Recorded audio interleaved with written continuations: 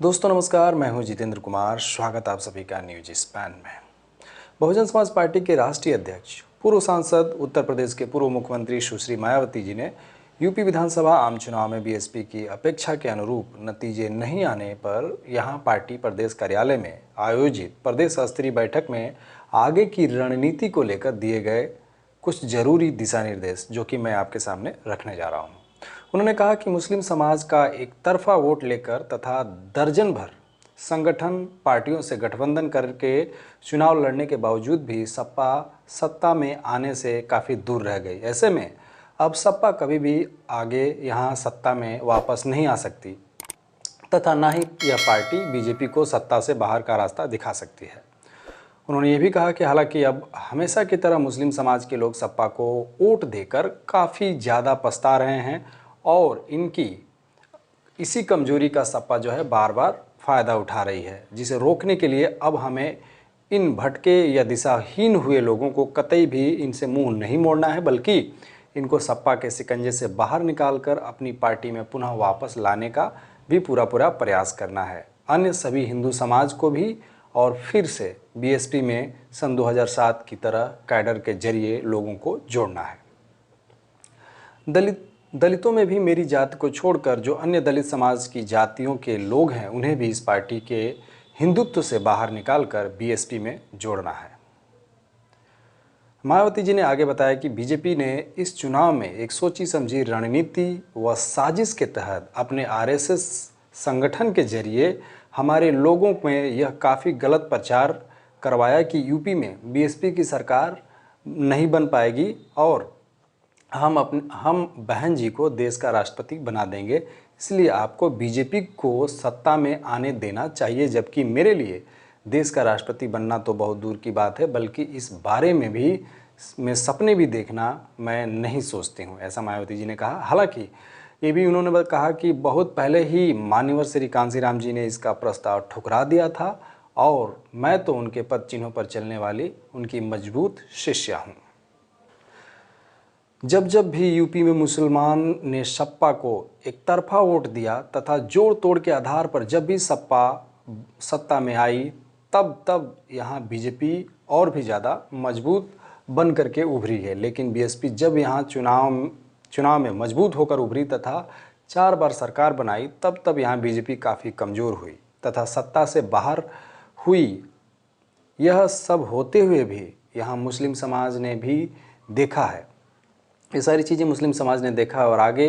इनको ऐसी गलती नहीं करनी चाहिए जिससे बीजेपी को और ज़्यादा मजबूती मिले, ऐसी उनसे हम पुरजोर अपील करते हैं। यूपी में अपनी पार्टी को फिर से सत्ता में लाने के लिए यहाँ कदम कदम पर सभी जातिवादी, पूंजीवादी, सामंतवादी ताकतों से काफ़ी कड़ा संघर्ष व सामना करना होगा और इनके लिए अब मैंने भी यह सोच कर फिर से अपना कमर कस लिया है।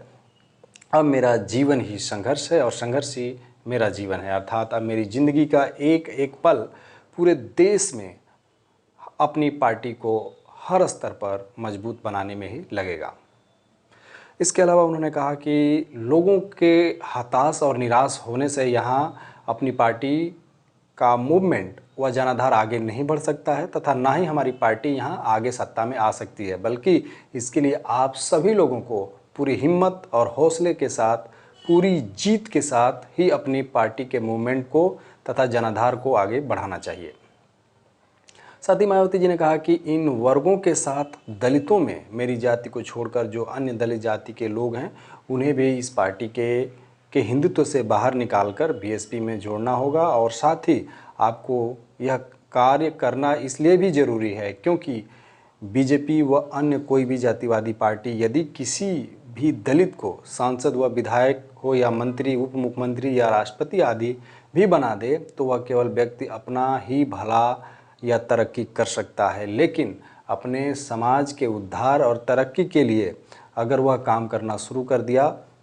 तो ये जातिवादी पार्टियां उसे निकालकर बाहर का रास्ता दिखा देंगी।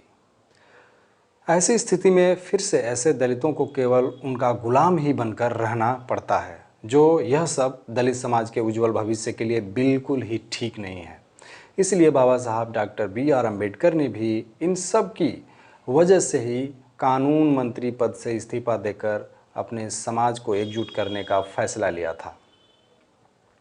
साथ ही उन्होंने अपनी अलग से राजनीतिक पार्टी बनाकर केंद्र व राज्यों की सत्ता खुद अपने हाथों में लेने की भी सलाह दी थी, ताकि वे कानूनी अधिकारों का पूरा लाभ ले सकें, जिनसे प्रेरित होकर ही फिर मान्यवर साहब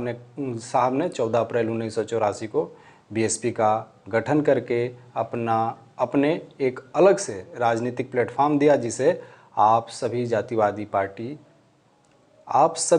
पार्टी व जातिवादी मीडिया तथा अन्य सभी जातिवादी ताकतें भी किस्म के साम दाम दंड भेद आदि हथकंडे इस्तेमाल करके अक्सर हमारी पार्टी को कमज़ोर करने के लिए लगे रहते हैं। उन्होंने आगे कहा कि यहाँ दलितों के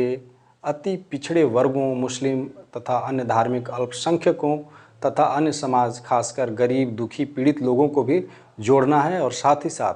आप अपने लोगों को इस चुनाव के आए नतीजों से तथा उसे खास कारणों व तथ्यों आदि को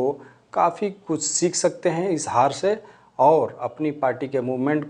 के जनाधार को आगे बढ़ाने के लिए इन जो भी गलतियां हुई हैं उसको नहीं करना। उन्होंने कहा कि अपने संतों, गुरुओं, महापुरुषों के जीवन के संघर्षों से भी काफ़ी कुछ जो है सीखने की ज़रूरत है। साथ ही एक मुख्य बात यह भी रही है कि बहुजन समाज पार्टी आगे भी सर्वजन हिताय और सर्वजन सुखाय के ही नियमों पर जो है चल करके काम करेगी। इसके अलावा उन्होंने कुछ निर्णय इस प्रकार भी लिए हैं कि श्री भीम राजभर जो है यूपी स्टेट के अध्यक्ष पद पर बने रहेंगे। इसके साथ साथ वर्तमान राजनीतिक हालातों में अब देश के अन्य राज्यों की तरह यूपी स्टेट का भी पार्टी के 3 वरिष्ठ लोगों को यहाँ का स्टेट प्रभारी बनाया गया है, जो कि 18 मंडलों पर जो है लगातार काम करते रहेंगे। उन्होंने यह भी बताया कि आकाश आनंद को भी, जिनको मैंने ऑल इंडिया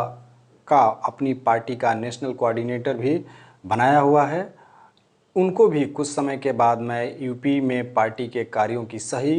प्रगति रिपोर्ट लेने के लिए भी बीच बीच में भेजती रहूँगी, जिससे यहाँ अपने नौजवानों में पार्टी के प्रति काफ़ी ऊर्जा पैदा होती रहेगी। यह सारे तथ्य जो मायावती जी ने ट्वीट करके अपने ट्विटर हैंडल से ये जानकारी दी है। बहुत शुक्रिया, देखते रहिए न्यूज़ स्पैन।